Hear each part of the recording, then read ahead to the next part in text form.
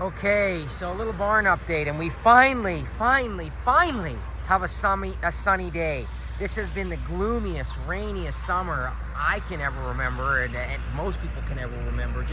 I think this is going to be the 5th sunny day that we've had in the last 11 and a half months. Sunny and warm anyways. There was probably some sunny days last winter when it was 20 below, but in terms of decent weather, 5 in the last year. So it's just been pouring with rain and gloomy and just unbelievably shitty here. So to have a nice day improves my mood dramatically. So anyways, it's the weekend. The guys have the day off, which means I get to actually get some work done around here. And I just wanted to give a quick little barn update. It's coming along, as you can see. We've got some rim boards up, and we started to do some forms for the concrete. The barn is taking much longer than I wanted, mainly because the weather has been so lousy, just pouring with rain and just terribly gloomy, and just makes things slow down.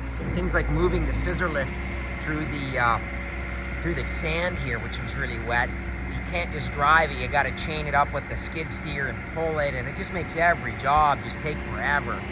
There goes the compactor. They're taking the heavy equipment out of here today. In any event, I almost made 2 fatal errors on this barn. Thank God for this YouTube channel, and Jason, a farmer here in Alaska, called me and said, "Hey dumbass, you're doing your barn wrong." The first thing I did was I was going to fill the holes at the bottom of the post with concrete up to grade and then just put the slab over it. The problem with that is it doesn't give the water any place to drain off if water goes down the side of the post. So what we did instead was put some nice washed gravel down there, and that'll give the post a chance not to be perpetually wet and eventually rot. The second thing that we almost made a big fatal error on was in terms of these rim boards here.